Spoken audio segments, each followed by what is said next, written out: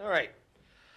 Good evening, everybody. Time being 6:32. This is the Master Plan Committee for January 15th, 2025. Tonight's meeting will be held at the Municipal Building, third floor training room, here at 355 East Central Street, 6:30 p.m. Note to residents, all members of the public are welcome to attend board meetings and committee meetings in person. The meeting will also be live streamed by Franklin TV. Recordings of meetings are available on Franklin TV's Franklin Town Hall TV YouTube channel. Additionally, in an effort to maximize citizen engagement opportunities, citizens will be able to continue to participate remotely via phone or Zoom. Link to access the meeting tonight is on the agenda. Copy and paste into the URL. Our call-in phone number for tonight is 1-929-205-6099. Enter meeting ID 874-1663. 2562 and then press pound. Once again, that call-in number is 1-929-205-6099 and enter meeting ID 874-1663-2562 and then press pound. So just a note, Kobe Frangillo is currently remote. We have about 8 members here. And I'm sorry? He's got his thumbs up. He's there, he can hear. He's good. How you feeling, Kobe? Happy to be Good. back in the world a little. Good to have you.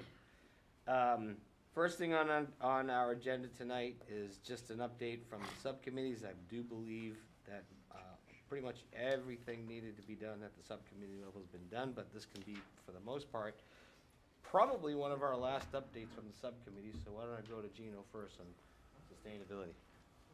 Yes, we met on December 20th, I believe, and approved some revisions to the sustainability issues and opportunities section, which I see have been incorporated into the final report. So we're set. Thank you, Gino. And thank you to you and your subcommittee for all the hard work that's gone into making it what it is today. Thank you. I'll go right over to land use and zoning. Janelle, sorry, I know I caught you with your coat going on the back of your chair like that. All right, so our last subcommittee meeting was actually a joint one with Housing and Economic Development because we received comments that overlapped a lot of those sections. So we thought, let's just make sure we're consistent and review everything at that time. And so that's our last update. We haven't met since then. Thank you. And again, same thing to yourself and your subcommittee for all the hard work that's helped get things to where they are today. A lot of hard work. I know that was a daunting task, land use and zoning.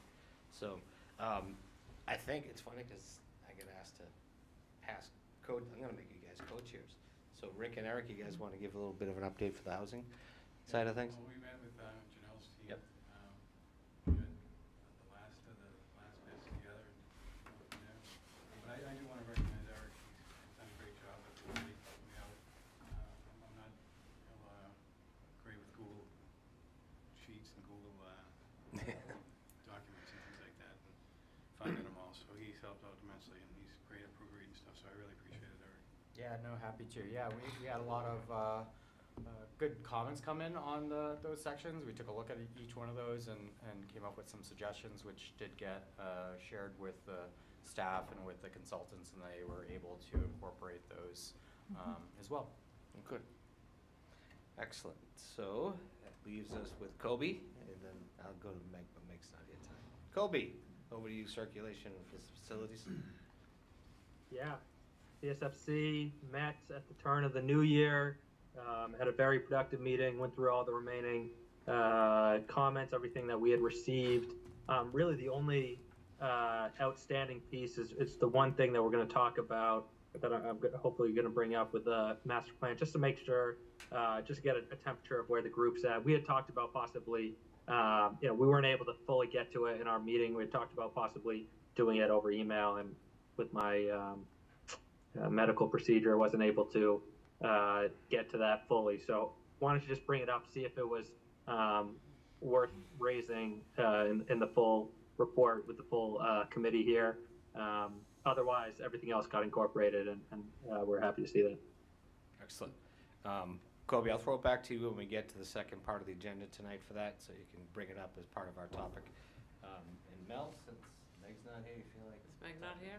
On behalf of. The open space and rec and natural, cultural, and historical resources, we actually did not meet, and we were going to, but there was some technical difficulty. But I think we had already addressed the comments that were made, and we had already voted to remove some of the things, and I believe Amy removed them for us, so we didn't, so we just like cleaned that up and everything's okay. Perfect. So Amy, while we're still on subcommittee discussions, do you have anything that you want to add in regards to, for instance, changes that were made on behalf of the subcommittees that you made during the past month? Thank you, Mr. Chairman. Subcommittees responded to everything, and I really appreciate all the work that the subcommittees put in, meeting basically over the holidays to finalize this document. I worked with Beta and Barrett as well to make sure that they understood the comments. There were some outstanding comments, and thank you for all the members that responded on a few of the items that were confused. So I do believe, Mel, that Meg was all set with it. I think I heard from her that she was all set with the changes. So I have no comments at this time. Perfect. Thank you. Thank you, Amy. Also, just to note, members Erin Gallagher and Jen Williams are currently remote as well. Hi, guys. Good evening. Hey, I'll be there in person in an hour or so, but online in the meantime. No worries. We kind of just enjoy your decor at the moment. Is that virtual I'm behind at- you, or is that real? It's real. I know, I'm at I know. I'm at Intermission Cafe. My daughter's Oh, in okay. a class at FSTA, so I have to wait for that to be done and drop her home before I can come. Hey, Too we much can- detail, we but can never, Intermission we can never Cafe tell is these days lovely. with AI so Yeah. many different things. Yeah. You could be in Europe, but we wouldn't know it. So, Yeah. All right. Thank you, Jeff. Hi, Glenn, and hi, everybody. Hi, Erin. How are you? On my way home from FSPA right now. Ah, very, very good. Good stuff. I hope everybody had a good holiday. I apologize I didn't take a second to say Happy New Year to everybody. It was a good year, and we're going to have an even better year in 2025. All right, moving on to our second agenda item, which is the final master plan review. Behind me on the screen, there is an overview of what the front cover of the final draft of the master plan looks like. I'd like to just scroll down just to kind of show everybody how that came out. It is currently in PDF form, and it is currently and going to remain 292 pages long, which is, did we beat the last one, Amy? I think the last one was 256 or something like that. I got to call up Jeff and brag a little bit that we did more than he did on his last one. So, anyways, We added sustainability. that's true. Yeah, we added Greg sustainability. worked on it. Hey, but So- pictures don't count. That's So true. we're equal. Pictures don't. So, anyways, moving on. Amy, I'll throw it to you first. To get started with the final master plan. Sure, thank you, Mr. Chairman. So, so we've been working with Beta and Barrett through, I think we started, back in July of Yes. 2023? And going through each phase of the master plan, we've had the public hearings, we've had public outreach. They've put together all the maps. I do want to just note all the maps have come from our GIS department. So they all are maps that were designed by by the town. And we're at the last leg of this, the final documentation. I think that we've incorporated as many comments as we can, and all the comments, most of them made them in, maybe not every comment makes it in, but that's okay. It's a moving document. I just want to let everyone know that this is a moving document, and even with some of the, the goals and the tasks, you may accomplish some of it, you may accomplish all of it. You may adjust some of them as we go along. It's a 10-year plan, and some of the items might roll over to 20, 30 years, which is great. And I think that's an awesome job by this committee planning ahead, even with 2013 plan, not everything was accomplished in that plan either. And I think you guys kind of rolled off of that plan as well and took some of those ideas from that plan to roll into this plan. And, you know, the world's changing every single day. It's almost hard to keep up with everything going on. So I compliment this entire committee on doing a good job putting this together. Hoping to take final comments. Just to go over next steps would be to bring it to the planning board on January 27th, and they're the accepting board for the plan.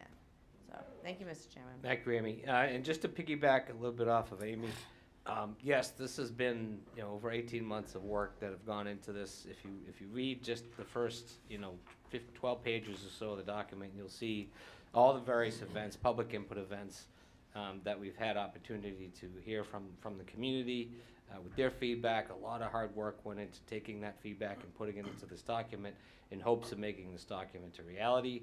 Are there a few things that are in this master plan that may seem, for all intents and purposes, lofty goals? Sure. Yeah, I would totally agree that many of these goals may seem lofty. Some of them might seem, from a long-term perspective, potentially fiduciary challenging. But that's kind of the point of this plan, is to come up with a set of goals, lofty goals, look to the future on making the town of Franklin the city of Franklin, which is what we are, and ultimately give us some guidance based on what was ultimately the public's wishes. And tonight is a reflection of all that hard work and all that feedback and all that input. One thing I'd like to do is we have a couple of guests with us here tonight who would like to make some further comments prior to us going to the planning board on the 27th. I'd like to introduce Greg Rondo and Beth Whirling. Greg, one of the things that we like to do is get your input on the final master plan. We would love to hear what you have to say. Well, thank you, everybody. Did you want to go before me? Okay. Yeah, I didn't read the whole thing, I must admit. I did glance through quite a bit of it, but I know everybody put a lot of time and effort into it. I was on the original master plan committee, so I know what it takes. A lot of time and effort. There's a lot of, as Amy said, there's a lot of changes that are ongoing and upcoming as years go on. So it's basically, you know, you try to guide your way down that road 10 years from now, 5 years from now, 15 years from now, and the potential growth of the town and what's best suited for the residents, obviously. Part of our jobs are to look out for the better half of the town.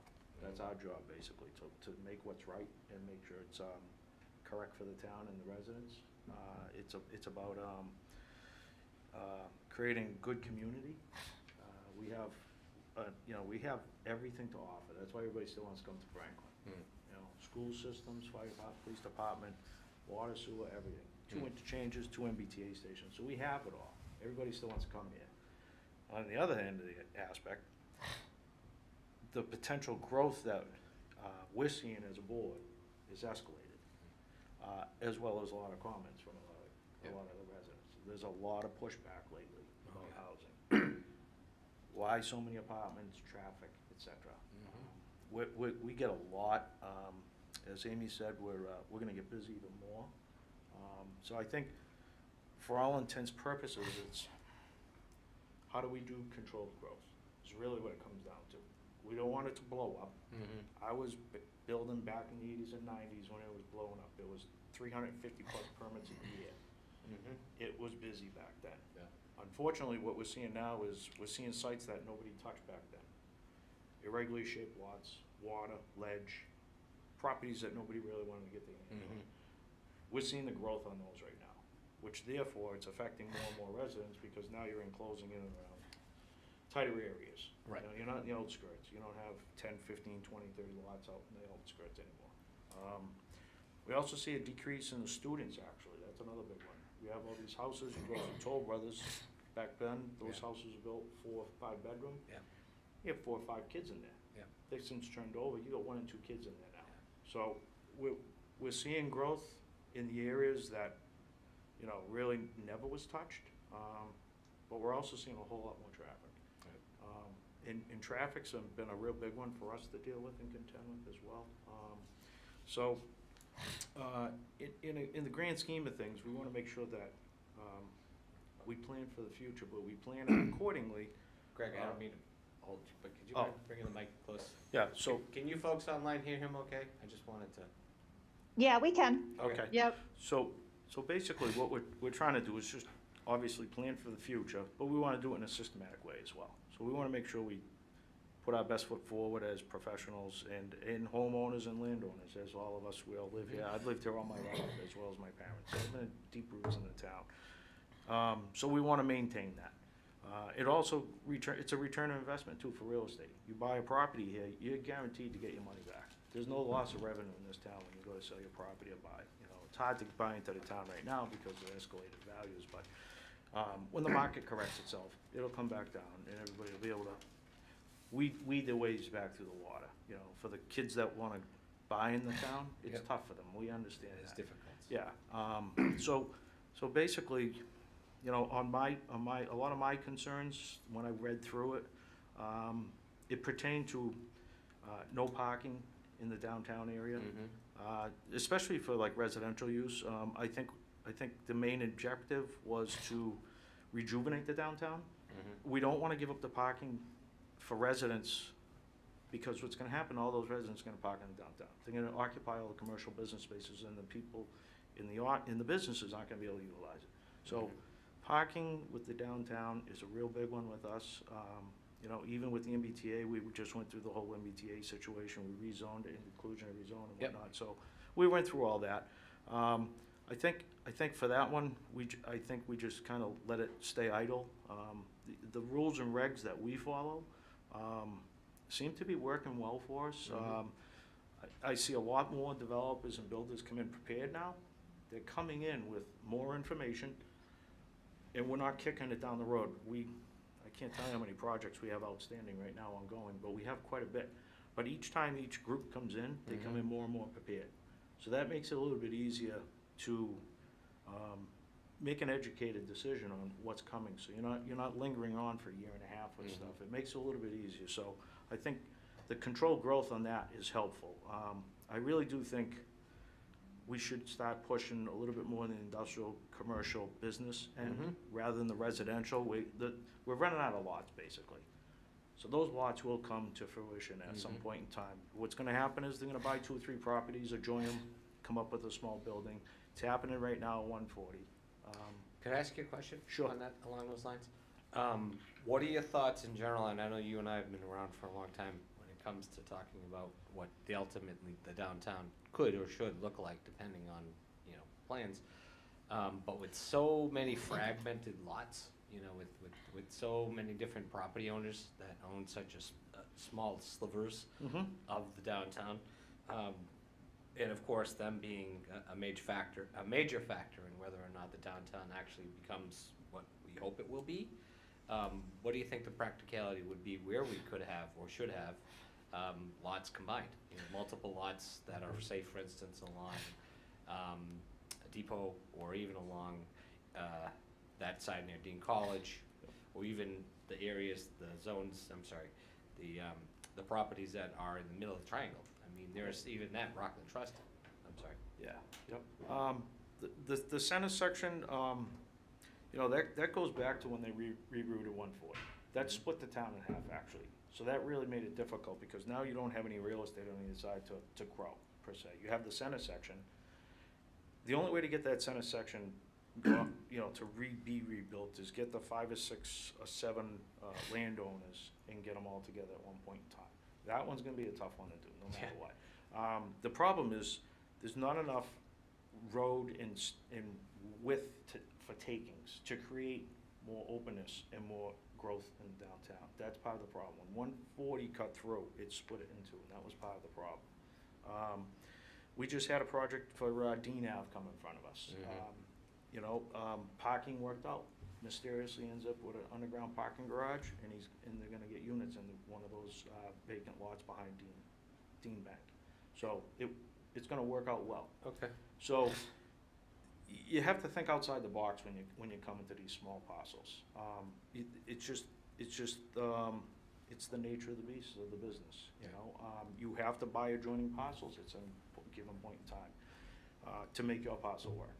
So we just saw that with, Brad Chaffee's project up here on 140. Yeah. He bought multiple parcels, He bought he's the combining apartment them. building. They're old, dilapidated structures.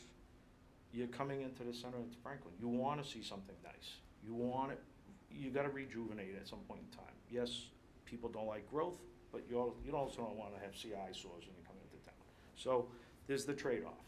Yeah, well, just Um, even if you're in Ferns, just even seeing that building, that front, Yeah, the purpose is laid empty How all long did those years. that just place sat for? 15 years. 15 years Yeah. plus. Yeah, it's great. It got rejuvenated, brought back. Clark Cutler, look at Clark Cutler. Yep. Perfect example Yep. of redevelopment. Yep. I think that's the stuff we gotta actually start looking at a little bit more. It'll bring a little bit more business into the town. Mhm. And potentially it'll help the town grow as a sub-base. But I think for all intents purposes, we still really have to pay attention to the amount of housing that's coming through the doors. The traffic is really getting tough, like out here on 140, you can't take any more 140. That's it, Mhm. it's at its max right now. We can't take it unless it's taken by eminent domain. And then there goes all the storefronts. So that, unfortunately, we're a cut-through too. And Joe said this in the past, years ago, we're a cut-through between towns, and it's right. People come from Foxborough, Rentham, Norfolk, they go right through Franklin. Yeah. They hit all the supermarkets and everything. A lot Yeah. of the traffic isn't just Franklin people. It- It's 140. which It's is a Rhode state- Islanders too, Yeah, because I it's see a a lot of state Rhode Islanders. highway, and people have the right to use it. Mhm. Unfortunately, some of our subdivisions and our projects and our new sites are also empty. So that's where the congestion really funnels through, as an example, on the 140 side. You know, you just gotta kind of plan the best you can, like everybody here has. Put your minds together. Are there any specific things that you may have noted in the master plan that you would like clarification on, or something in detail? look- Because Kobe, you wanna chime in, Kobe? Yeah. And once Greg, Yeah, let me keep going. I got a Mhm. couple, I think it was, single family 4, allow up to 4 family by right. I'm not a firm believer in that, because if you have somebody who's been in town for so many years, and an investor buys a property, and then they turn that into a 4 family by right, you're not really helping the neighbors on either side. I think it should be under, all permitting premises, for all intents purposes. Cutting back on the impervious, impervious is, I mean, those are your parking lots. You have to have sufficient parking for what you're presenting, okay? So I think part of that was, something that could be talked about. Cul-de-sacs, you know, really, we only have, God, there's probably 15 parcels left that are gonna end up with cul-de-sacs over the years, that's it. Leave cul-de-sacs in play. There's a safety factor, fire department, police department, school buses, deliveries. We start putting turnarounds, and the person that lives at the end of the street has their kids parking it and whatnot, and all of a sudden the people can't go in and turn around safely. If it's a budget thing, DPW's just gotta figure it out, that's all there is to it. Cul-de-sacs are actually, I know they're quote-unquote kind of paying to plow and whatnot, but it serves a purpose, and it serves a safety purpose, so I don't think we should even touch stuff like that. Senior housing, leave it under special permit. You know, most of our rules and regs have been working well for us, and you start rocking the boat a little bit, and you're gonna get a few projects in that you're not gonna wish you let through the door. And I think maintaining all the boards in their decisions, whether it be council, planning board, conservation, whatever, I think we really should stick with leaving all those regulations per se as it is now, because it's going through the proper channels. Like I saw one note was in reference to shorten the time frame for permitting processes and whatnot. I don't know if we wanna do that, because if they go from A to C, and B's not thought about, and B's not thought about well enough for, say, zoning or planning board or anybody else, we could potentially get a project that's not gonna work for the town. So I think the process that we follow is working well. I think all the boards seem to be working well together. I don't know if I'd wanna start creating shortcuts. Shortcuts only cause problems on the tail end, right? And it's just, it's just, I don't think it's a good avenue for the town to take. That's kind of it. I mean, there's a lot more, but, obviously, these are recommendations. These won't be followed to the Right. to the T. But Correct. it's just, these are the things that, like Beth and I and the rest of the board see, and we've been seeing them for years. I just think it's a matter of, we hold where we are with how we do our business in terms of the regulations and kind of leave it at that. So we're not sidetracking, we don't have backdoor deals going on or anything. It's up front, everybody sees it, everybody hears it, and we're all voting in the same direction. That's pretty much how I came about with mine. Hold on one second, Beth. I just wanted to give Kobe an opportunity to respond to Greg's concerns about circulation. Kobe? Yeah, happy to. Thank you for the comments. I mean, super valuable insight from the chair of the planning board and a longtime planning board member. So circulation, obviously, we had many conversations about parking and traffic and how people move around the town, and got a lot of feedback both from the survey and from the open public meetings, and especially that workshop about people wanting to move around the town differently and have different transportation options available. And really what the committee decided, the subcommittee decided, and the full committee in turn, is that some of our major strategies for reducing traffic moving forward are returning a fixed bus route that brings that connects our key areas where we have housing, and it's about adding transit where there is existing housing, and adding housing in places where there are transit, as opposed to being blind to where we're locating that housing. So that's really the main principles behind what we talked about. Some of the things like, I'm happy to talk more about a few other things that he had mentioned, but specifically on traffic and circulation, as you asked for, that's really what we're looking at. And the other is we heard a lot about an increasing interest in a walkable and bikeable future for Franklin. And so most of the recommendations, almost none, I would even go so far as to say none, but would maybe hold myself to that, are mandates of any walkability or bikeability, or mandates away from parking.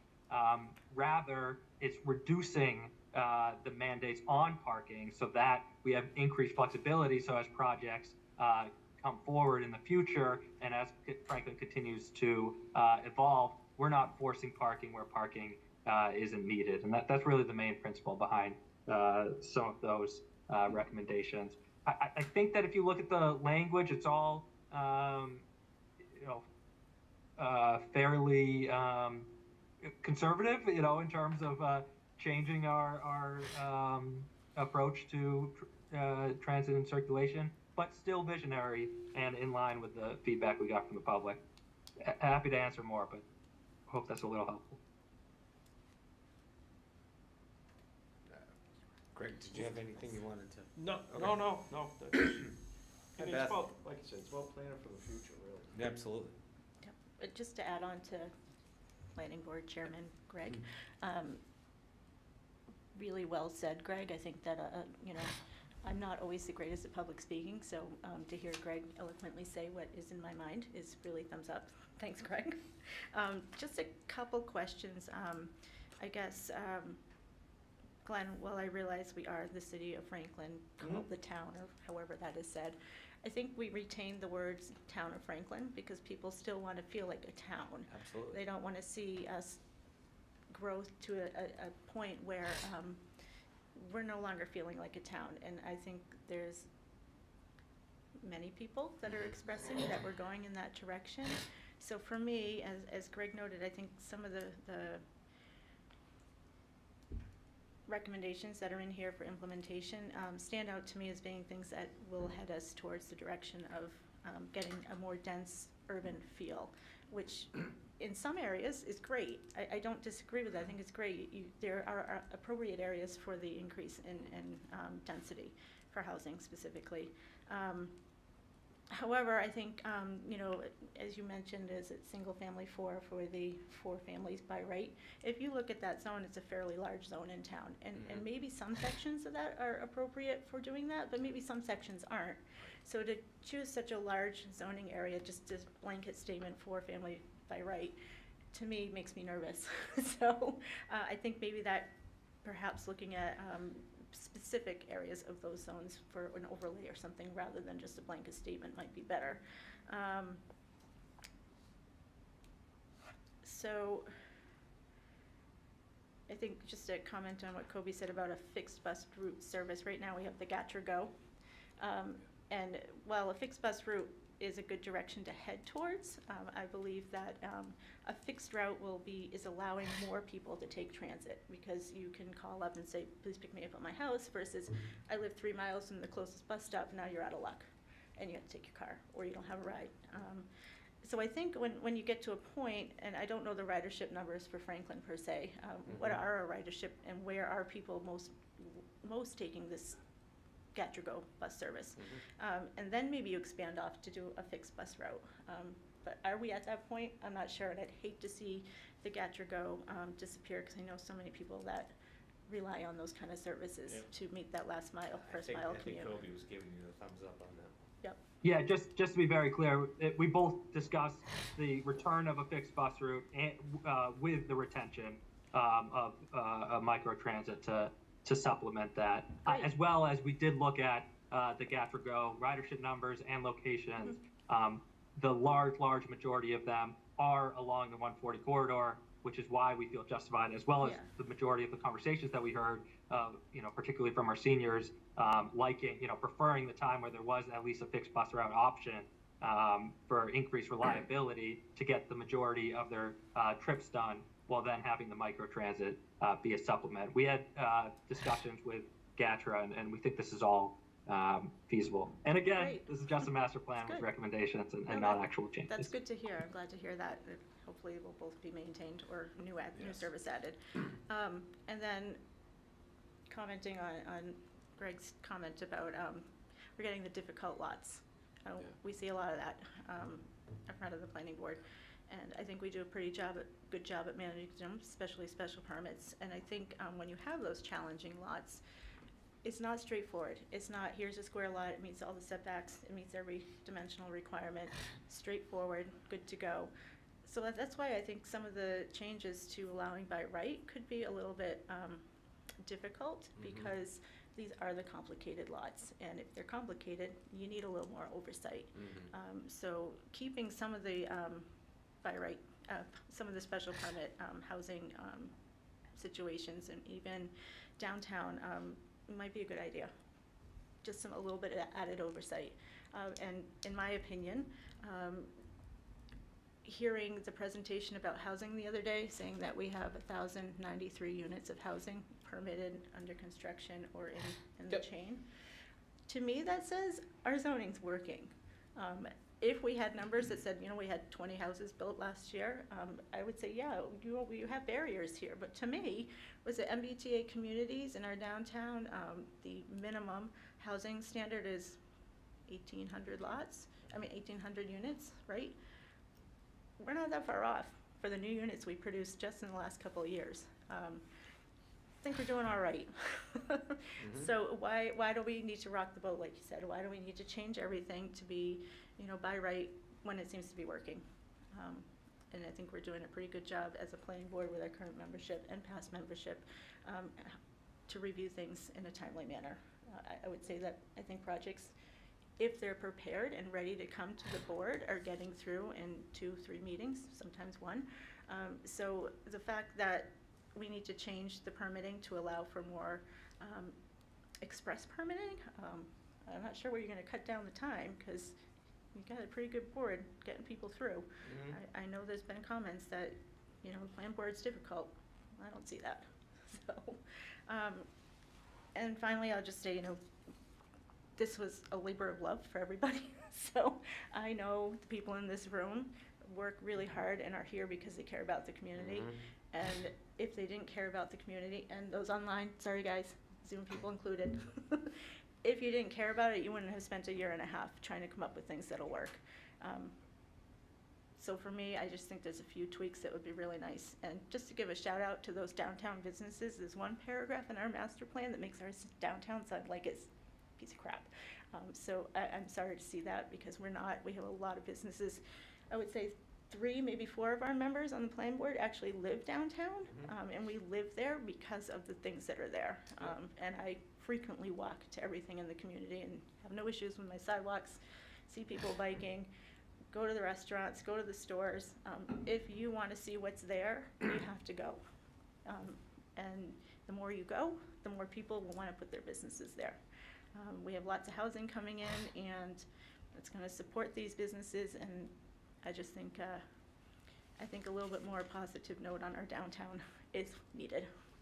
Is there some place specific you were reference to that I'd like to take a look at? I can tell you, yeah, sure. It is page,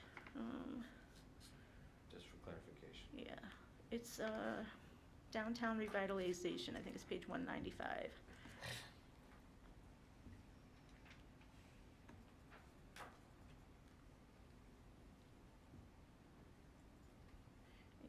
Unless it's changed with your updates. It's the very first paragraph under downtown revitalization. Looks like it's changed with your updates. I think the heading, Glenn, if you want to search for it, Yep.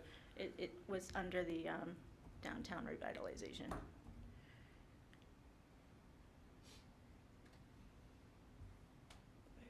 There you go.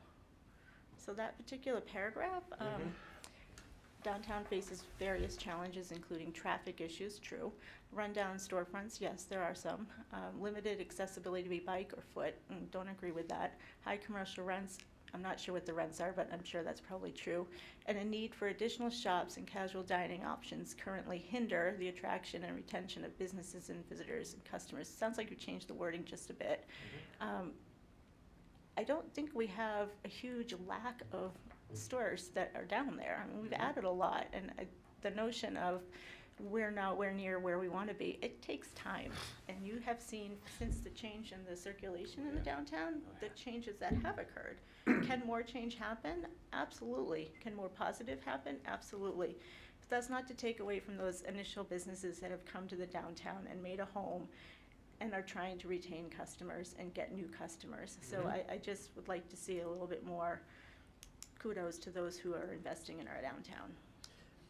I completely understand your comments. I think what the sentence is just trying to say is that if it faces these challenges, it doesn't necessarily have an overwhelming amount of issues. It just says it faces these challenges. But that's, for all intents and purposes, kind of a general term that you could say for any downtown. Traffic issues, run-down storefronts. I agree with you. We don't have a tremendous amount of storefronts that look worn. I can think of a few that are. But for all intents and purposes, I think this just basically states that it's challenged to these similar type of, issues, economic hindering issues. Yep. And for all intents and purposes, and the downtown is great, because I live downtown too, is that how do we approach how do we approach in a smart way, say, for instance, having high-density housing that would kind of support the MBTA's needs, as well as still maintain kind of that small-town feel for the downtown, while still meeting the economic growth and needs of the community. It's a challenge because, you know, I can remember back when I was on economic development, just trying to come up with ways to promote having people spend more time downtown. And we thought changing the traffic pattern of the PWEB program to, you know, being able to redirect off of Main Street was a great way to promote that, and it's been effective. Has it been as effective as we had hoped?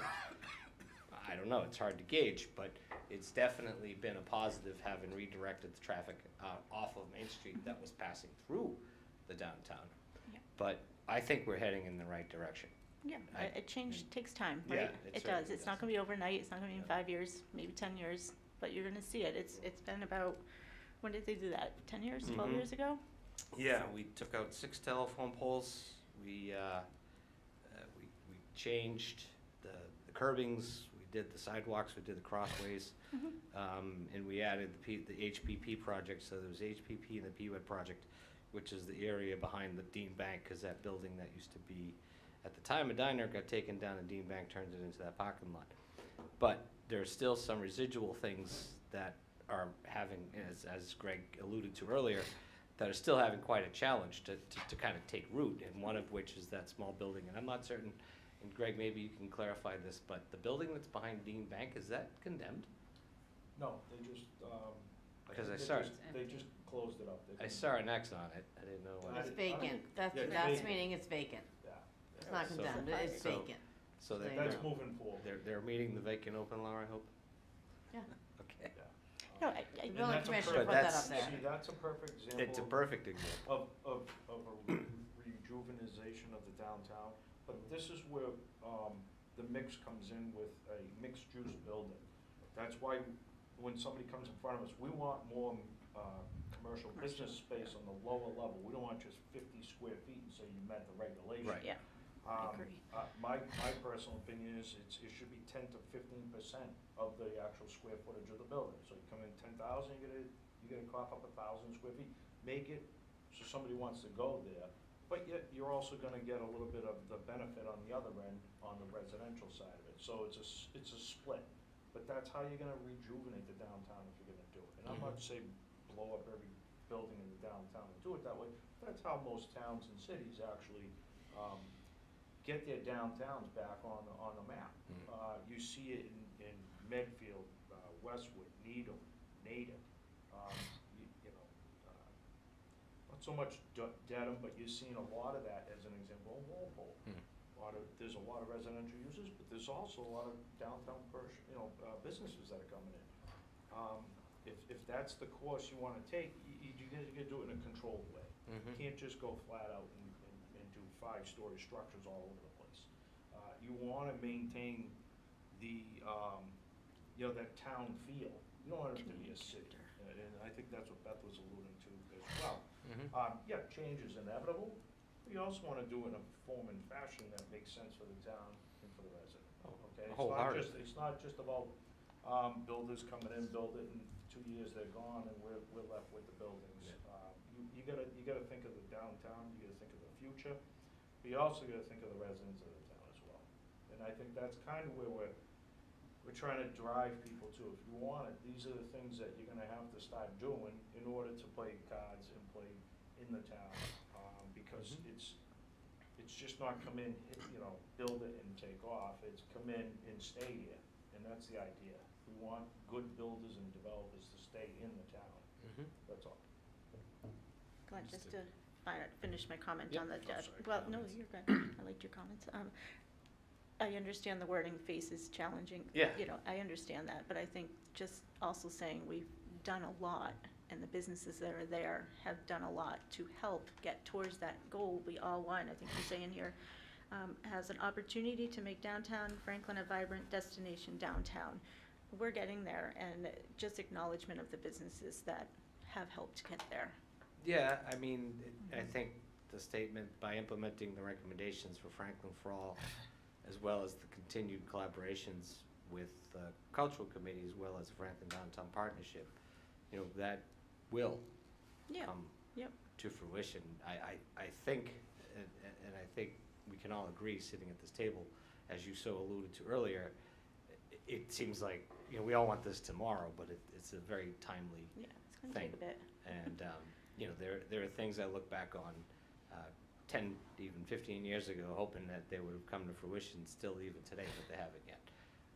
It may be wishful thinking, but a lot of that, unfortunately, large portions of that are out of our control. Yep. But Greg, I don't disagree with you in the sense that we need to approach the futures in a very town way of looking at things, while still understanding we are a city and that growth for all intents and purposes is inevitable, so long as it's smart growth. I wanted to throw over to Eric and Rick, who were on the housing subcommittee, if they wanted to chime in on the four-family by right, if you had anything you wanted to say on that part. Yeah, I think some of the idea here is that we know housing is an issue. We keep talking about how housing is an issue, and one of the things we're hearing a lot too is the cost of housing and how expensive it is here. And we really think about and have thought and heard from people about how they can't afford to, if they've graduated from high school from here, that they can't afford to find a property in here, or if you're aging, that you might not be able to stay in the town and the community. And so some of the thinking and we've also heard a lot of concerns about apartment complexes and how many large apartment complexes. So many of the thoughts that you've shared as well. So I think some of the thought to that concept is to really look at having increasing density within the downtown area and what we might be able to do. And by increasing that density, we can get it to people walking into the community. There are so many great things about our downtown area, as you noted. And if you can get those people there, then there's less need for them to have transportation to get to their certain services that they have. I think some of the other thoughts that I have to this too, since I have the floor, is there were some comments that Greg, you had shared about what is the form of our community and what does that look like and what is the character. I don't know how many times Joe and I were having conversations about that. What's character mean? What's it could mean here? Could be something different. And I think one of the recommendations we did put in here is to look at having a form-based code for our community, because as these redevelopments happen, how can the structure fit within the context in which it's in? Because what we don't want is those larger apartment complexes, to your point, going up against these really small homes and having that out of place. And if we have this form-based code where we start to set what the requirements are for all the parcels that are in there, how close they are to the street, what sort of facade do they need to have, you can create that special place that we're all looking for, and actually people gravitate to go towards it. So I think that's another thought that's strengthening and is in there to meet some of the concerns that you have. Lastly, as far as the transportation, the one thought that I have with that too is there's been a lot of talk about us being a town and how our community centers are so critical to us. Kobe in particular brought some great vision for how we could create these neighborhood areas and how can we create these new different ways for us to commute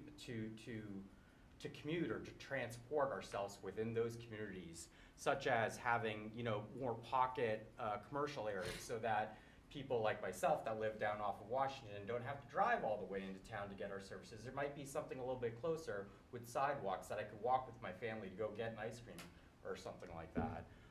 There's also talk about how we might be able to have greater capabilities to bring bike paths and have those interconnects that are completely separate from roadways to transport people in between the communities that might not necessarily be there. And that's all with the same thinking of this vision of what do we want to come towards and how can we minimize some of those pressures that are within our community now too. So I do think there are elements in there that are addressing it. I'm certainly hearing clearly from you about the confidence of the board and the process that you have, and that's great. It's really good to hear that that's there. And as Amy even noted, this is a dynamic document too, and I think the intent here certainly is to set out that vision and certainly look to the other committees that are within town to start to implement it. So those are some of my initial thoughts, but welcome others. Can I chime in on one thing, and you kind of hit, and that was Colby's comments as well, zone. As a perfect example is the redevelopment of the mill store. Creating a zone down there now, okay? There's gonna be a little bit of mixed use in business and in residential. So those zones are gonna start cropping up. We're seeing them now as we are. So different areas. Way back when I was in the master plan, perfect example, variety stores. We left the ones down on Pond Street, Lincoln Street, Washington Street. We left that so everybody doesn't have to go to 140 to go to these areas. So I think you get areas like Clark Cutler coming in, you have areas like the Mill Store coming in. Those are gonna start promoting general little villages, if you really wanna think about it, little general areas that people don't have to go outbound to create more traffic. And that was the train of thought way back when too. Keep them in the general area that they can travel, you know, take their bike or whatever it may be, or walking past, but we're seeing some of that come through now. But it's, like Beth was saying, it takes time for change. But you also could wanna do it in a fashion that it makes sense for the town, and I think that's the avenue we're taking. I think in terms of the comment about the higher density in the housing, we're seeing a lot, the ADUs, you're gonna start seeing a lot more of that coming in. So you're gonna start seeing that, the higher density level come down a little bit, because the kids or parents are gonna be able to have an ADU on their property at this point. And I think we asked the building commissioner just at one of our last meetings, I think he said he already had 15 inquiries, just actually in the last, 2 months, a month. So you're gonna start seeing a lot of that creeping up. That's one of the things that we're trying to control in terms of what you do with your neighbor next door. That's about the the by right. That's what makes me nervous. An ADU, you know, we were pushing for family, and not just have investors come in and buy a property, put an ADU, and then next thing you know, they're subleasing it to everybody. We don't want that as a town, okay? And I'm pretty sure everybody in town would say that. We want a family resident, say your parents or college kids that just moved back in town, or just newlyweds who are saving money. That's what we're trying to promote. All right, we're trying to promote the downtown. We're trying to promote growth from within, so the kids can stay here and the adults can stay here. So I think you're gonna start seeing more of the ADUs take over the higher density that everybody's trying to project, if that makes sense. Yeah, it's great. Yeah, no, I think we had some comments about that, the ADUs as well. So that's all positive. So I think a lot of what you're saying there is in line with it. I think the one area is really this, you know, by right perspective. You know, this is a recommendation going forward. Any sort of action obviously does need to happen at the planning board level to implement it too. So and some of the thinking here too about these neighborhood zones too was to not specify any specific areas, but because we recognize our process was only a year and a half. You know, it sounds long, right? But there's a lot more stakeholder engagement with our community that needs to be had to identify those locations. How big is it? What does it look like within those communities? And that was done intentionally so that even beyond this document, there can be more engagement about what that might look like for us all. Thank you. Is there any other member on the committee you'd like to comment on this before moving on? Joe? To what Greg was saying, I don't know if you're aware, but the state overrode those ADUs. ADUs are gonna be as of right. I know that, that's what. Nobody has to live in the home, the primary owner. Investors can come in and buy a house, Already passed add the an bylaw. ADU. Yeah. Already passed it. So We I know weren't it's in favor of that. Right, it's already in place. Chris, Yeah. it's already in place. I was, That's sorry. okay. State regs. State regs. Well, unfortunately, a lot of the state regulations are falling down, and they're pushing back to us, and they say They you have to take it or lose grant money, as an example. They're holding the towns hostage. Yep. I don't believe in that. I don't Yeah. think that's the proper way of the state managing all the cities and towns, but unfortunately, that was pushed on us, and Joe, that was our thought. We wanted to keep the family members there. We didn't want the investors coming in and buying up all these properties and creating havoc in the town. So that was the biggest. We just had to revise that wording last council Yeah, meeting. yeah, it came through to us, yep, Right. so we already And what's came happening is through. the communities who are trying to make it tough, they're actually creating a problem that they're not aware of, and this will happen, and you will see this within a couple of years, mark my words. Because the towns are pushing back, Governor Healy's gonna stroke a pen that's gonna raise the 10% to 15% and open up a lot of land for affordable housing. So sometimes you gotta be careful what you wish for. That 10 has been around, 10% since 40B and low income was established 30, 40 years ago. With a stroke of a pen, each town needs 15%. I wouldn't worry so much about the ADUs. That's what's gonna happen, because the more the towns put pressure on this to stop housing, that's gonna go through. And it's gonna happen, because everybody's dancing on this magical number, oh, we're 10, we're 11. That- Even talking to the town attorney today, 100% agrees, it's gonna happen. And as far as the four families, as of right, I think we were talking about those zones around the town. So if you get some of those big homes down like on Dean Ave and down that way, you could convert those maybe into a four-family, not so much buy a tract of land and put these big monstrous four families in that type of an area, because it wouldn't blend in, I agree. But some of those big homes, they could put, 4 small bedroom, 1-bedroom units and have a four-family. I think that was more the idea we talked about, trying to convert some of those possibly. Because to put a four-family with those lots at 8,000 square feet, 9,000 square foot lots, they're all worth a minimum 600. I don't think you buy anything in Franklin. So to buy 4 lots at $2.5 million to tear those houses down, to build a four-family, and you keep in mind, we have restrictions in place. It's only 35% buildable, that land. So you, out of 24,000 square feet you bought, you can only build on 8,000 square feet to put a four-family. But Talk about not being able to create affordable housing. Those houses will be $1 million a piece. It doesn't work either way. It doesn't make them affordable, and it doesn't make it costly to build. Yeah, and I actually wasn't really alluding as much as taking those down. It was a matter of converting the ones that are there and basically taking away from the value of the adjoining properties. That's Why what I would was it, aiming why would it So if change you the can, value? because a four-family's not gonna have as much value as a single-family to the person next door. Depends on how it's kept up. You could have someone live in one of those have houses that haven't been maintained in 40 years, and who wants to live next to that, and it depreciates your value on the side of the house. I'd much rather see a nice, up-to-date four-family, where those people don't have to drive, and they can walk right up Dean Ave and go to the restaurants, stay Gallagher's in the store. That's what I wanna see. I wanna see a vibrant downtown, because I can tell you for a fact that downtown is hurting. I wanted to prove it to myself. I bought the Bank of America Bank, brick and mortar store, a staple in the downtown. For 8 months, it's been for sale. I've walked 30 people through the building. Love the building. They're not in love with downtown. And when they heard the taxes were $1,000 a month and they wanna pay $900 a month for rent all in, it doesn't work. It's sitting there empty for 8 months. I've offered people, I'll give you 2 years rent for free.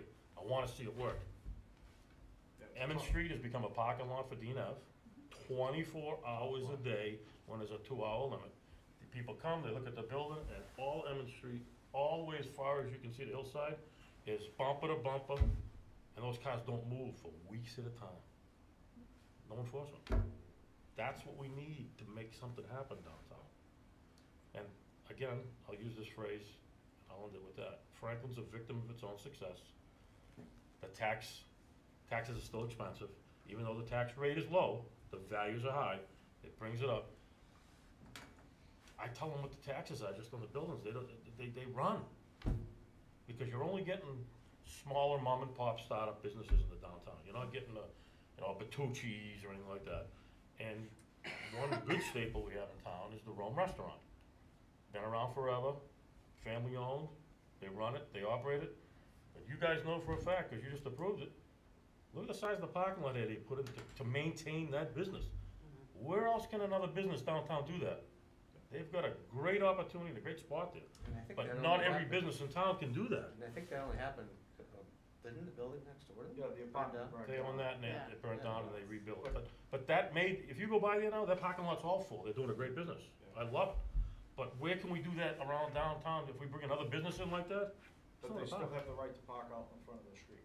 Yeah. So that's the downtown commercial aspect of it, yeah. Oh, I know, and Yeah, so- we work diligently at the council level to try and working with Jamie to try to get, you know, those lots opened up for municipal purposes and kind of take away, detract from the Ts. And allow, you know, the citizens and people coming into the town to try to purpose our municipal lots, which are relatively close to the Rome, for instance. We purposed that triangle piece right across from the black box and right next to the Rome for municipal purposes, and took out all the permitted lots that were in there, so now we've got more spaces and a better signage downtown as well, since we disallow people from parking their vehicles in spaces from, I think we made about 2 to 5 in the morning. That dissuades people from parking on these streets 24/7. And I agree with you, Joe, it's that, of course, you know, enforcement is always a big challenge, but like many things, many of our departments are having budgetary constraints, and we're trying to make ends meet with what we got. Another thing to keep in mind also is Franklin population is getting slightly older each year, as we're losing kids in the school. What did you just call me? I said a little older, I didn't say much Slightly older. older. Oh, okay. But with that said though, people like to drive to an establishment. Yes, you could probably get an 18-year-old that'll park, you know, way down the other side of town and walk. But for the most part, people like to drive to the location and have easy access. And there's a lot of businesses in town that are successful that have that going, and if you don't, we're a fair weather community. A lot of rain, we got snow, we got winter. No one's walking in the rain, getting out of their car and walking 500-600 feet to go for a drink. No, There's a couple. I work from my house in the rain. There's a couple, Some of but us- some of unfortunately, us do that. you need, in those businesses to pay the taxes we have to pay, the insurance and the upkeeps and keep the properties up to date. We don't need 1 or 2 people that walk.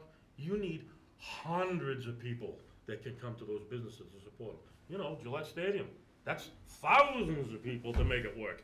Nobody walking there. Well, actually, no, I don't agree with that one, but. There's a lot of people go to support, you need people to support businesses, and you need volume, and we don't have the parking.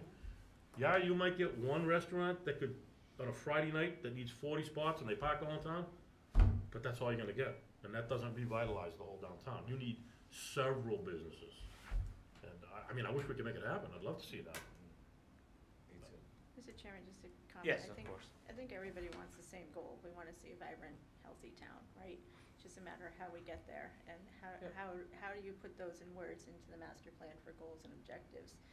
For me, in looking at this, having been in multiple roles, being an Amy seat for 8 years, working on the last master plan, sitting on the planning board now, volunteering for the downtown partnership, I mean, all of these things to me, I see the minds of how a developer comes to the planning board, and they will point to what is said in the master plan as, this is in your master plan, so I don't see how you can say to me you don't support this because you put it in your master plan, and that's what scares me, is that some of these things are spelled out, recommendations are spelled out in a manner in which someone's gonna come in and say, I want this by right, and you supported it in the master plan.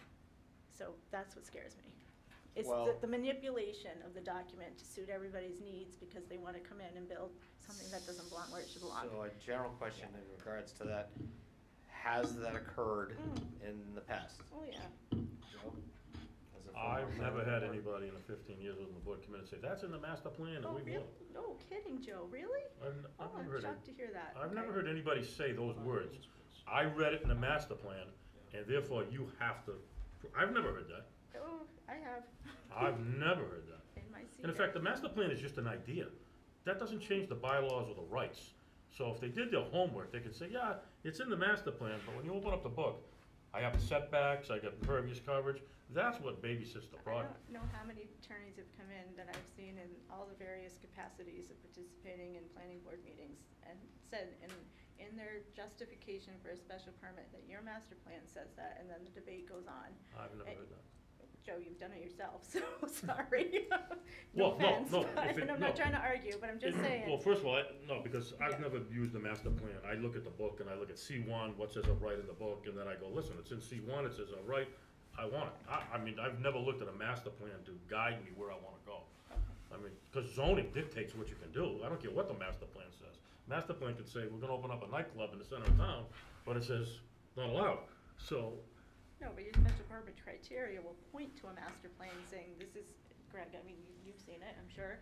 This is what you recommend in your master plan, or your master plan says it, and your special permit criteria are justify why this should be in this location. The master plan is not the bylaws that we go by. It's just an idea of what we'd like to see. No, trust me, Joe, I'm well aware of what a master plan does, I get it. Yeah, but I mean, But but then again, I like that idea of that dream, because we attract developers that say there's potential in Franklin. Well, let's go sit at a tech review, let's see what, and that's kind of what happened on the mill down there. They looked at housing and changing the zoning, they went to the council, they get a change, and it worked. So it gives people an idea, but it doesn't necessarily mean that the master plan gives you a right to build anything. I'll use that quote in the future, thank you. Okay. On that note, is there anyone else who would like to make any further comments on what's been discussed, on the thoughts, opinions, and ideas from the planning board? I'll throw it out to Erin, Kobe, Jen, anyone in Zoom land? Yeah, I think it was a great conversation. Sorry, through you, Chair. But Yes, of course. yeah, I think it was a great conversation. I appreciate my colleagues, and I obviously appreciate the comments. There were just a few other ones that had come up that just weren't mentioned that I just wanted to make sure we had talked through. The impervious coverage piece, I think all that's done on impervious coverage is we actually say to relieve the maximum impervious coverage. So, you know, I think Greg's comments was about, like, you need impervious coverage to have parking and things that you need. And I think that this aligns with that value, right? It's about increasing the allowable impervious coverage just in the key areas downtown, as well as the cul-de-sac. I don't think, and maybe we need clarification. I was going through and just double checking. I think all we say about cul-de-sacs is where practical, reduce their width or use in regards to impervious coverage, impervious surfaces. But I don't think we recommend any radical departure from cul-de-sacs. I think Kobe, there was one that said that promote turnarounds instead of cul-de-sacs. I think it was It was hammerheads, right? Hammerheads, Where yeah. practical, hammerheads. TC have 3.4D. It's, T intersections circle. over cul-de-sacs. I think it was TC 3.4D, if I wrote my notes correctly. Okay, that's Yeah. helpful. And yes, Colby, the idea is to utilize a turnaround if necessary, a two-lot subdivision as an example, like we just had. But on a larger scale, you just gotta be cognizant that, on the safety end of it, you gotta make sure, you know, and I guess, what I've been seeing a lot of, and I think people gotta be, aware of, home delivery services is getting out of control. FedEx, UPS, Amazon. Amazon's in everybody's subdivision 5 times a day. We gotta take that into consideration, because if you get kids getting off a school bus, as an example, and they're walking down the street, you got these delivery drivers, and not just that, but Amazon guys are in cars, private cars now, flying up and down streets. I think as a rule of thumb, the cul-de-sac is just a safe way of people getting in and out of a place, without having to back up 5-10 times to turn a truck around, as an example. And God forbid, if there's an emergency, they can't turn around. So I guess my point was, cul-de-sacs serve a purpose, most likely, and most importantly, is for the safety. But we get a lot of home deliveries nowadays, and I think everybody has to take that in consideration at this point. And that's what my fear was, that we don't wanna pull that off the table. They're there for a good reason, and if it's like a private drive with 2 lots or something like that, like we just had in front of the board and still in front of us, that is a little bit more suitable. That was my only point to that, that's all. Hopefully that Yeah, helps your. Yeah, that's helpful. The word is T intersections, not turnarounds. That's talking about connectivity for the very reason, again, impervious surface, but also emergency vehicles, connectivity. I think that was partly a holdover from the previous master plan that we discussed wanting to keep some of the comments we had heard about emergency services, where possible, and this again says, consider, a preference for, where possible. That's just saying, emergency vehicles do care about connectivity and throughways, where possible. So I think that it's in line with those values, though I appreciate you raising that. Mr. Chairman, Yes, can I just make a comment on that? of course. Thank you. I think that this kind of backtracks all the way to Beth's comments about, I do constantly see applicants come in and say, well, this is written in the master plan, I wanna do a hammerhead, I don't wanna do a cul-de-sac. It's been a recommendation, even though it's not accepted by the bylaw, we do see that constantly. I think something like this is, the economy will direct us where to go with this. Depending on the delivery trucks, who knows when the drones are gonna come around, and then maybe, is that 5, 10, 15, 20 years, when those come around, then do we really need one? And, we can't really plan, we're planning a 10-year plan, but we don't know what the next 5, 10 years is going to actually be at the end. And what? I know. Landing pads. So the cul-de-sacs will have. Yeah. We know the drones aren't picking the kids up at the And school bus automatic stop, so- drivers and all that stuff. So just kind of moving forward, I think that if we, just as a recommendation, I'd like to Maybe I misread. see what changes and be able to type up a list of proposed changes to bring to the planning board meeting. Just kind of keeping my notes here of a list of what you think the committee's, going to be agreeable with and not agreeable with. So that's I don't see a lot of changes. I think they brought a lot tonight, but I think that they could be stuff that this committee could work through I think so. and make it a good plan. I think so. It's already a good plan, but It's a great. just take in their ideas and be able to make some changes. So I'm trying to get down to a list of, that I could put together for, Yep. the committee. I just wanted to make one review. comment, if you don't mind, Amy, before. Sure, go ahead. Before you finish your comment. I'm all this- set, thank you. This just has to do, actually, this in general has to do with just about everything, is the MS4 permitting that we have with the EPA. And is the simple fact that as part of our town and city master plan, whether we're building new housing, or we're building new cul-de-sacs, or we're building new roundabouts, or building new T-intersections, whatever we're building is going to introduce more impervious surface, which is going to put us, more and more under the regulations of the MS4. And this is just something that I know we're going to need to consider, both from a foresight, meaning how are we going to plan these roads and intersections in the future, but also along the lines is how do we build what we need without building too much impervious surface? That's going to be an issue. I think one of the biggest things that the town of Franklin has done, kind of projecting forward, is buying up a lot of the open space that the town of Franklin has, so that things like that don't happen. Schmidt's Farm up off of Maple Street and such, that was foresight on our behalf, the town of Franklin, thinking forward to help prevent any, and again, I don't mean to sound coy, unnecessary building. And in other words, overgrowth. We don't want to go in that direction. But it also does put us in a keen position in the future, and I don't know if I'll be around when that stuff starts to happen, on what ultimately the town of Franklin is going to do with these lots of property.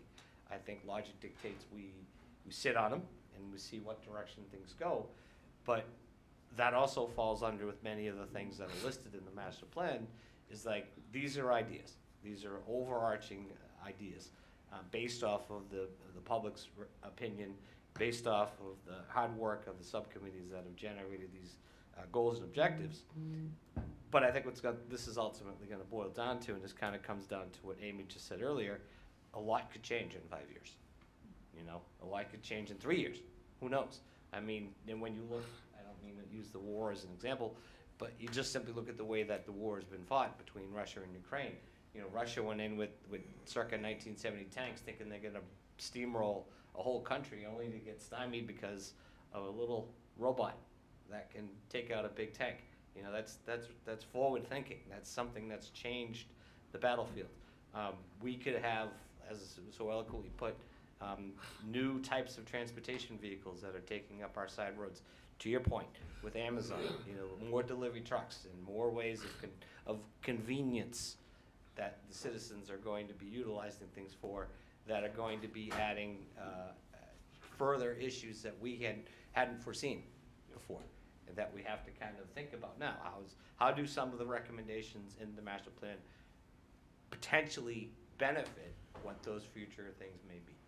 And I think Autonomous vehicles in particular, I think that's gonna be big, and it's gonna come sooner than we think. They're already running in Phoenix and San Francisco as well. E-bikes. E-bikes too, E-bikes is the right. next one. Hey, Jim. No, I agree. Hopefully it doesn't become like downtown Cambridge, because it's Captain Chaos down there. Oh, I know. I just did a project down at MIT in Harvard, Yep. and it was unbelievable how many of those people drove through red lights. They were on their phones, driving Yep. through red lights. It's like, Yep. you wonder why they're getting picked off once a day. Yeah. There's your reasoning. That's why autonomous vehicles are safer than human drivers.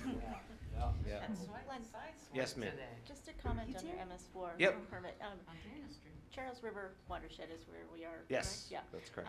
Have we, in the master plan, and I don't recall seeing this, put any thought into the new EPA regs that are coming down about the properties that are 1 acre or more, private properties, having to retrofit or update? I mean, Gina, I'm sure you know about this as well. It's going to be a big impact to development, you know, future development, as well as existing development, and how to address that and help our business owners who will have to fix their stormwater systems. Right, well, hopefully, just like with the municipal requirements ended up getting dragged out over like 20 years, hopefully the same thing will happen, and it'll be, I don't know if that's gonna happen, though. It might- it From might all the not. meetings I've been participating in, I mean, public comments are due by January 29th, and then there's a clear timeline, in my opinion, as to when they want this to start. So I think we're gonna see a big impact to businesses that are already existing and to our future developers, as this yeah, becoming a that's- bigger and it's a bigger great point, expense. great point. Isn't And that, if- isn't that already in place? It's being changed. It's Because being right more, now, all more my pro- aggressive. More scrutiny. Yeah, because Yeah. on my properties now, I get taxed so much on the impervious coverage, but if I'm up to date on all the underground infiltration and everything, I'm getting 50% off on that And fee. I highly recommend you look it up, because it will impact your properties. Again? Yep. Really? Significantly, and you'll have a certain number of years to come into compliance, and. Well, why are they saying? You're talking about a town program, she's talking about an EPA EPA. federal EPA, program. Yep. Well, I thought that fell into the Charles River Act, what we're doing, because we have to comply to. Look it up, Joe. I'll send you the link. You can look at Cape Cod. Yeah. Cape Cod's dealing with this big time Yep. on their sewer and infrastructure that they need. They're looking at, you know, town by town, looking at how they're, you know, depending on which catchment area they're in, and how that's gonna affect residential homeowners and their septic systems even. In the public comment period that's happening right now, they're asking for comments on whether they should apply this to residential buildings as Yeah. well, so, I would look at it. Yeah, I thought I complied with all the new, You do probably now, comply but right now, maybe- but you won't comply in the future. well, if they change, right, well, I complied with all the new regulations that are in place. Right, and there's newer ones coming. It's Well, how about would you- change. So I don't know, Nitrogen, maybe if that's something nitrogen. that could be thrown in there last minute, but it might be something worthwhile thinking I'm about wondering how that adding. would affect, like, actually, you guys, I think, just approved the place up in the center of town, their drainage is under the building. How do you change that once the building's in place?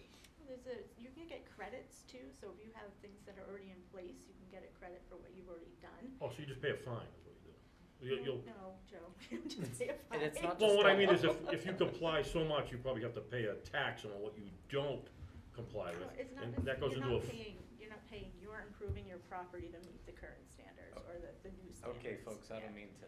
Yeah, but just a thought on that, the MS4 permit, it just Yep. brought to mind, how will we address that going forward? No, that's a good question. Amy, can you note that?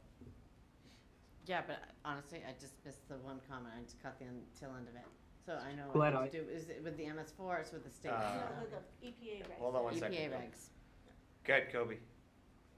Yeah, I think it's partly covered. It's really just whether it would be a sub-action. We knew that there was some discussion at the EPA. This came up. CSF, this was under my committee, CSF 3.4, maintain and update the town's stormwater and roadway drainage systems and bylaws to meet future state and federal regulatory requirements. That's what that was getting at. We didn't know the full shape of them at the time. It seems like we still don't. But I remember that comment came forward, and so we have sort of a catch-all of just making sure that we're updating our stormwater Does it say EPA? approach in line. It doesn't, but we can add. State and federal. State and federal? Federal is, So it's covered. Okay, so it's covered. And I'll just note that EPA is referenced on page 139, talking about in the wastewater description that we belong to the Charles River Pollution Control District and so forth. So it outlines some of the agencies that we do have to comply with. That's correct. Good. Jen, did you have anything you wanted to throw in tonight that I didn't have? Since I apologize, I know. No. I've been on the entire time, like literally till I walked through the door. I just switched it in person. But I mean, I think everyone's aligned with the same goals, right? It's just how do you word it and how do you identify what those goals are and how they're implemented over time to achieve what everyone's looking to do for the future of the town of Franklin.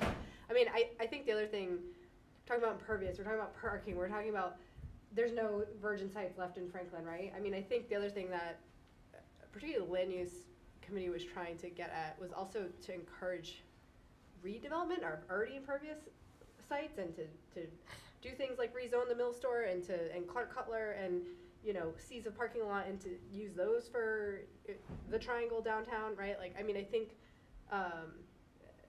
that is redevelopment at its finest, is to take what's already there that is not working well from a number of different perspectives and improve it as a priority or a ideal starting point versus taking a forest and turning it into a subdivision, right? So hopefully that comes across, and I think there are a lot of goals aligned with that.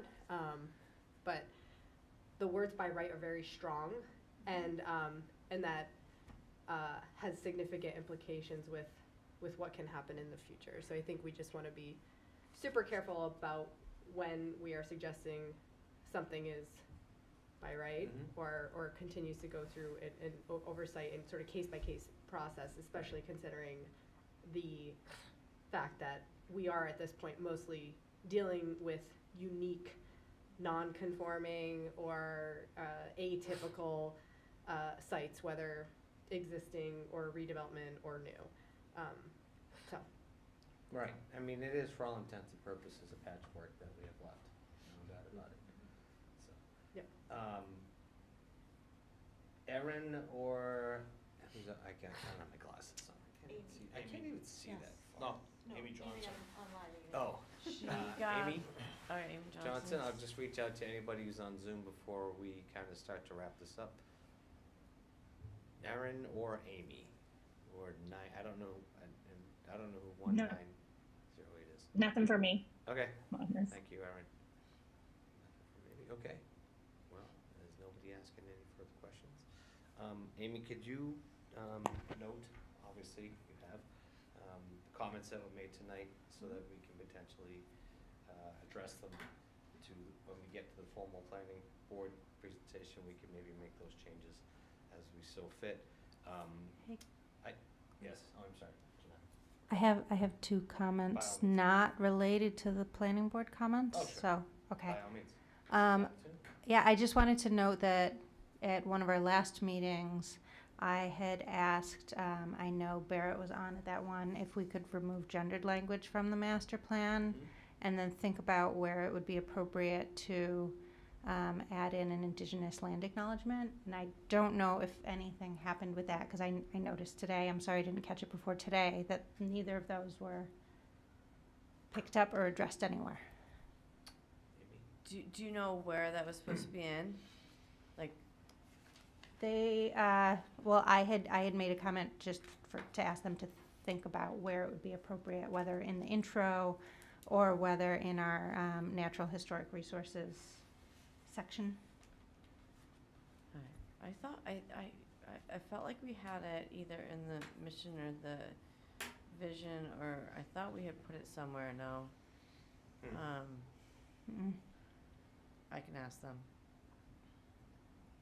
I know that's a challenging thing to write, It is. and we don't want to do it just performatively, but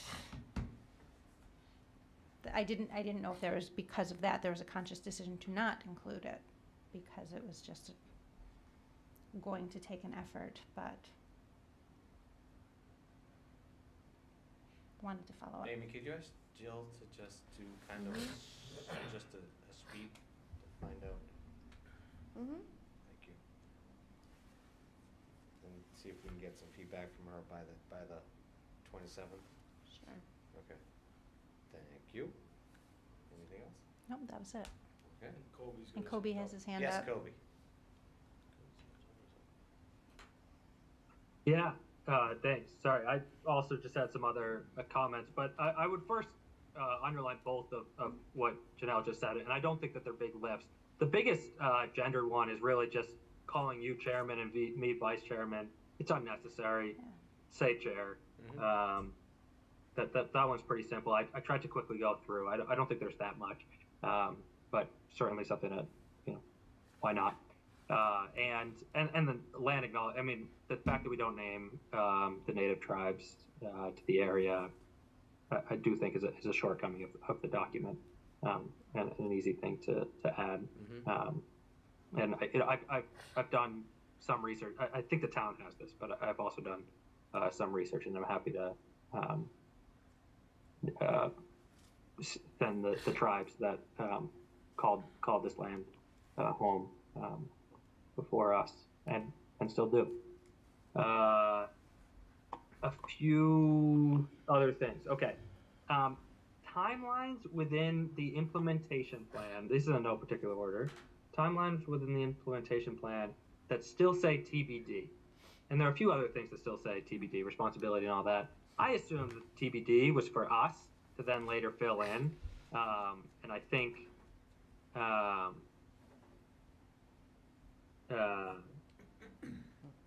I think we haven't in a lot of places, and they just kind of feel unfinished like that. I don't know. I just don't see, unless they were intended to be TBD for the long term. But I think that we could answer that. Very formal term for finished Amy? master plan. Sure. Thank you, Mr. Chairman. That actually is in there for a purpose at this point. Just not knowing when some of those things can be accomplished. Right. Okay. If we want to replace it with long-term, because I don't think I can identify a short-term, medium-term, and long-term. So, Got it. What about future? Okay. All right. or It's helpful. future, we could put No. future instead of TBD. That's a good idea. It's okay. No, I'm not offended by. I'm not either. I think it is Okay. because it is to be, to leave it TBD or to leave it to be determined could mean it may, depending on what the specific task is, it may end up being a medium-term goal. Mhm. It might not necessarily be a Right. long-term goal in Right. the long run. It might be So something it that. wasn't based on the committee responding. No, it it was was based on just ultimately where the outcome of the the plan. planning department and the town as a whole look at the master document and looks at this particular task and says, okay, yeah, this is something that we might be able to take on now, and it might only be 5 years from now. And it might even be something that's in the master document that was originally thought out to be long-term goal that may end up being either a shorter or even a medium-term goal, depending on where we are 5 years from now. That's how quickly things change around here. So I'm okay with it, but I understand your concern, Kobe. Kobe, Yeah, sorry. it was more just a question. I Go thought ahead. it was Yep. And did a you have something reminder else? for us, but if it's not, that's okay. Yep. 3.3 as 4.3. This is sustainability, 3.3, 4.3. Both of them end in ellipses. This is something I meant to call out earlier, and I apologize. It just feels unfinished. Again, I assume that they were placeholders to come back to. Good catch. I don't know if we ever did, or they could. Most of them could actually just be cut off the last word, put a period in, and leave it at that. But it feels unprofessional. I'm pretty sure that I had filled in language on those ellipses. Maybe I missed that one. That's But- my recollection as well. Yeah, yeah, we definitely had filled it in. It didn't get Okay. incorporated. If you want to send that to me tomorrow, I'll Yes. get it over to Jill. Okay. Yeah. Okay. Yep. That would be great, thank you. Mhm. Thank you, Amy, doing that. And good catch, Kobe. You got Hawkeyes over there, we're gonna start calling you Hawkeye. So. All right, what else you got? Okay. A small ask that when we put the PDF out and publish it, that we include internal hyperlinks, at least to the Oh my Yes, gosh. headers. I tried to do that, and I was. was like, it's not working. Yeah, that was my same thought, I agree, Kobe. To hyperlinks to whereabouts. To the section from the table of contents to the page. Okay. Okay. So like, if you Yeah. want to go to page 200, it boom Right, goes to Okay. page 200. yeah, that falls under the usability portion of this, you know, no doubt about it. Yeah. Great. And I think, Okay, and then the last one was really just the last thing that CSFC wasn't able to fully agree to language on, / agree to approach to. It's something that had been batted back and forth. It's really just the beginning, and particularly since our member Ken Elmore had a lot of thoughts on it. It was a comment that had come forth again in the last public hearing, which was, do we want to have wording around metrics by which to measure school progress, and set some goals, or just ask for goals to be set up for where we want to be in terms of testing, rankings, however we want to measure our academic excellence compared to others. Now, we had originally talked about this and had agreed to, rather than focus on the end metrics, to focus more on what are the programs that we want within our schools. But we still kept in mind that this conversation of metrics was there and valid, and while there's some maybe queasiness around overly relying on metrics that don't capture everything, it also is an unfortunate thing that we have to play along to, because we are still in a competitive environment. While we don't think that the schools should overly play along to them, maybe we as a town should be trying to hold ourselves to that and thinking about that when it comes to funding decisions moving forward. I just wanted to bring this back just because we weren't able to have the online discussion. If there's appetite within this committee to have language there, either setting a metric specifically or saying that metrics like these should be set up. Happy to clarify that if needed, but that was just the one other thing that we weren't fully able to get to. Okay, Amy? Thank you, Mr. Chairman. Glad you brought that up, Kobe, because I was actually talking with Jill and Jeff yesterday. Yeah. She also emailed. Yeah, they also brought up, that was like one of the last outstanding items from the CRM that everybody had been working on. Based on their recommendation is leaving out the metrics, but somehow referring to the school department should have a full report and what they expect for their metrics and for what they expect in the future, and I believe they do. It's something typical that I think a lot of school systems do, and maybe more referring to that than specifically getting into measuring the metrics, because the town itself will not measure the school metrics, but the school department would, and I do believe that there is a plan out there, that would do that. So more so referencing the plan than being specific, into those items. Can I just add on to that one if you don't mind? Yes. Gina, you can probably comment on this too, being a planner. The state has specific sections in a master plan that you include, which I believe are representative in your sections that you have in here, and I'm not sure measuring school accountability is part of a master plan per se, but maybe, as you stated, a goal pointing to where. Yeah, we can reference. Yeah, the but I don't know if school's it's master spelled out plan. necessarily in our Yes. master plan. But it's Is it not appropriate no, it location isn't, it's for it? not necessary, it's Yeah. not also, it's not necessarily one of the elements that are listed. Right. Schools are, Oh, facility-wise. absolutely, and in that But context, not- referring right. to, yeah, Correct. but including it as part of your measuring in the master plan is. Right, we did that, like, for instance, open space and recreation, there were just, a lot of redundancies. And Yes. it would, and to kind of get into any significant depth within the master plan seemed foolhardy, considering it's already Already there. considered Yeah. in the open space master plan as well as the school committee's master plan. So, yeah, but a reference, a line saying, see this Absolutely. document Yep. is always noteworthy Yep. to have. Okay. If I may, Go this ahead, is Erin. It's not letting me raise my hand, so That's okay, it sorry says to cut Erin in. Gallagher in big letters on the screen, so. Perfect.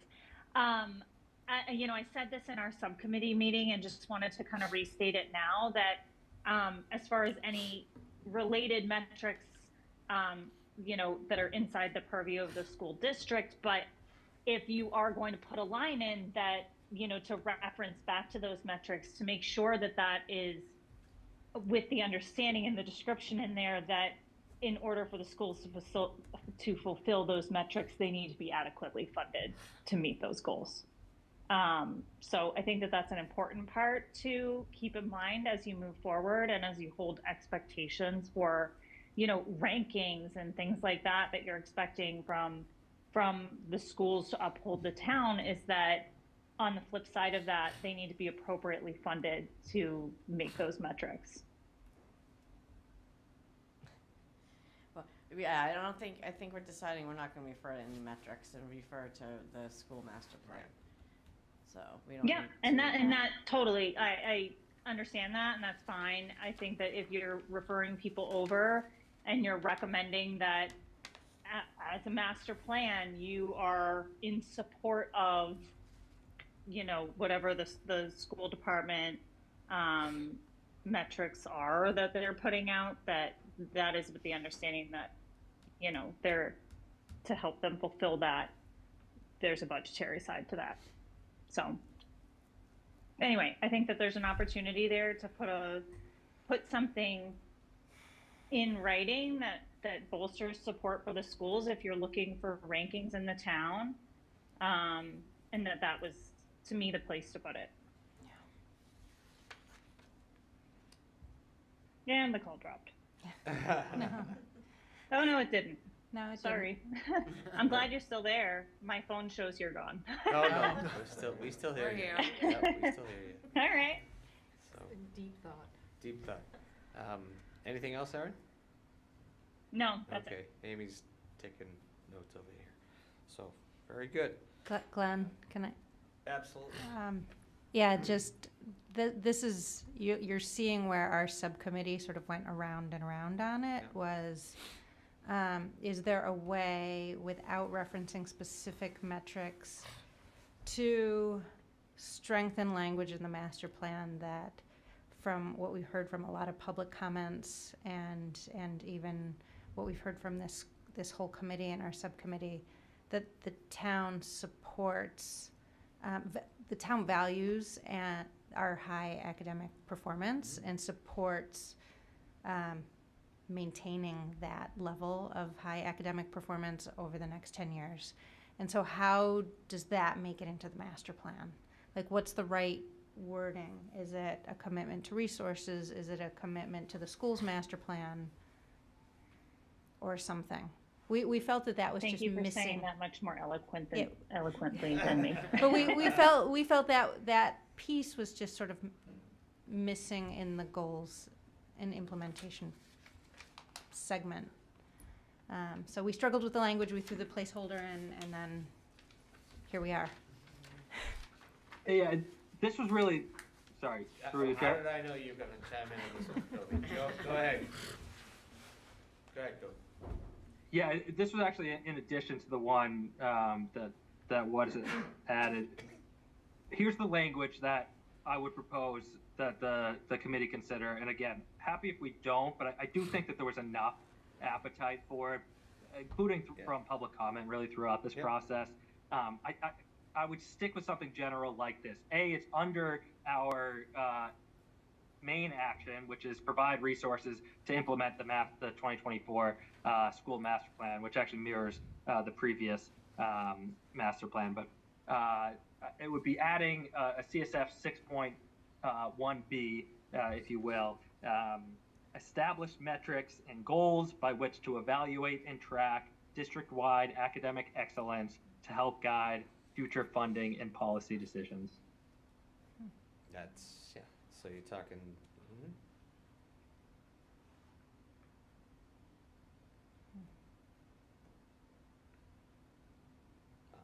I'm okay with that. I don't think it's appropriate for the master plan to set metrics for a school department to measure. It's the reference to the school department's information is, and trust me, I'm not saying I don't support wanting to have great school systems and keeping the wording of it.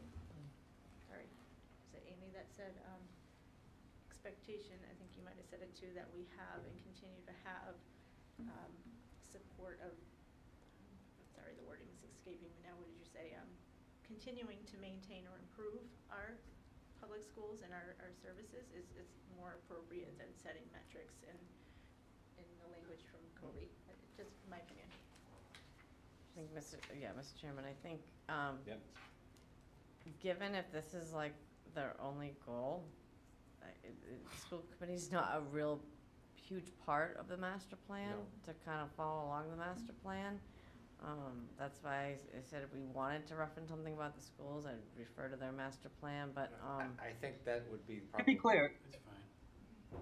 Go ahead, Kobe. sorry, we proudly build upon the expectations of the state to go deeper into the community services portion. We have an entire goal, as did the 2013 master plan, to ensure the superb delivery of public education from pre-K through adult. That's actually the same wording as the 2013 master plan. And we use that space where we appropriately did not get overly prescriptive and where we think the school department should head. But do think that the space exists. We are already using it. I don't think that this is a radical departure from anything there. Again, I would, the language I would put forth would be a sub-action under an action that's already there, under a goal that's already there. So, I don't think that this is anything new. It's really just, do we want to say something about school metrics or not?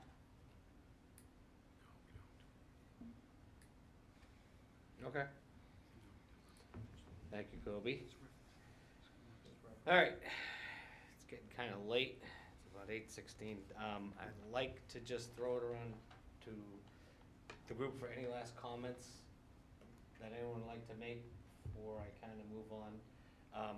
Ultimately, Amy, the way I'm looking at this is we've got the feedback from tonight, and we have a few things that Barrett's going to have to revise. Ultimately, a couple of small things I'd like to add in. I was going to say the hyperlinks, but he beat me to the hyperlink thing. There is a small, it's just me being anal.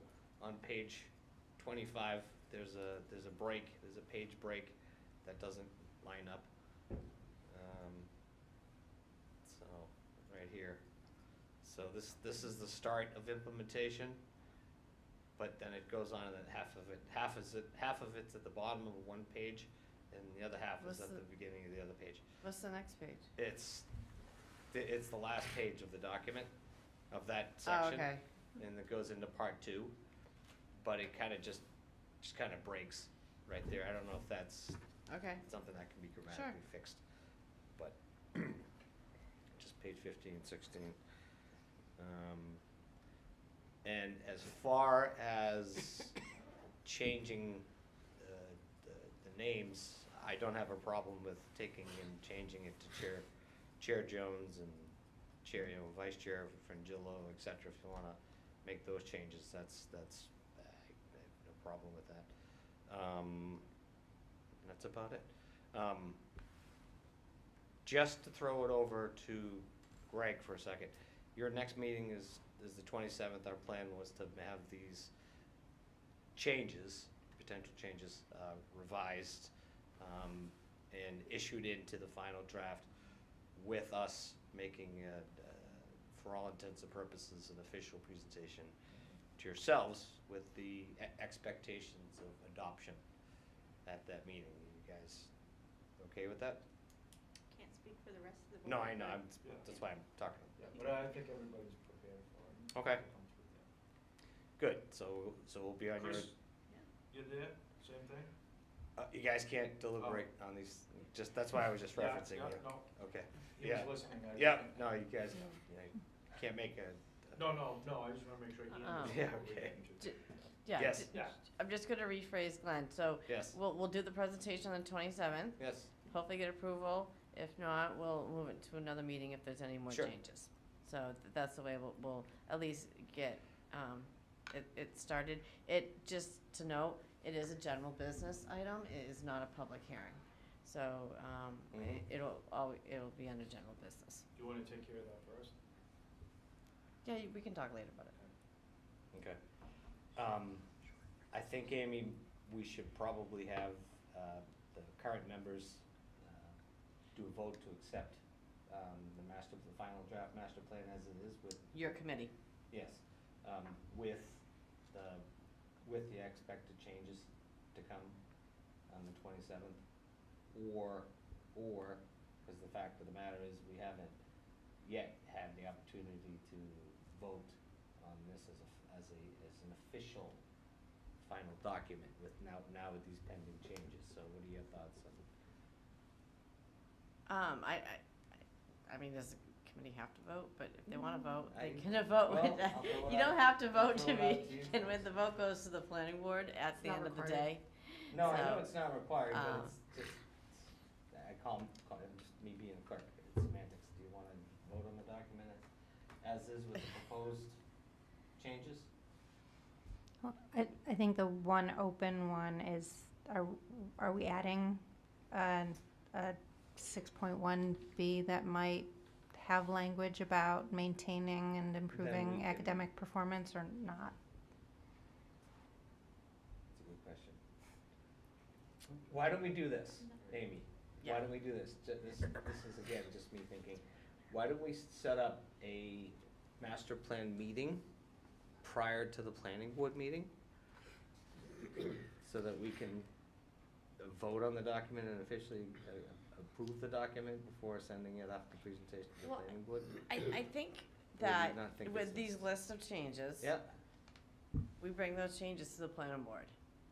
And that's the discussion with the planning board. okay. I think at this point, this is their time to give the feedback, Mhm. and there's gonna probably be a few things they may not want in there. I Okay. mean, given, I know this committee's done an awesome job, and I don't think it's going to be much, but I think that would be something that I would make a list, Mhm. share with the committee, and then share with the planning board, of the items that we talked about tonight, and what should be changed and what should be added or removed. Fair enough. So, any other comments or input or any other feedback prior to me bringing this meeting to an adjourn tonight? Just awesome job. Thank you. Yeah, thank And you, yeah, everybody. so awesome job. Kobe, Gary. Kobe kind of Kobe, was that you got a comment, Kobe? For what it's worth, I really liked your idea. I was trying to figure out how we get back and forth. It does feel like we should have some sort of final vote. I mean, we've been working on this through public hearings for, through public meetings for coming on 2 years Yes. now.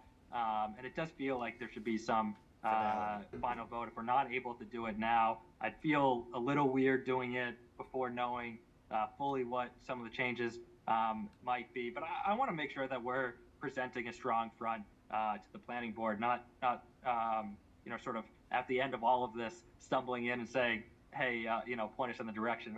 We feel as though we've pretty fully vetted this document. We certainly appreciate their feedback at this stage and want to make sure that we're incorporating and deliberating on it, before presenting any final product to them.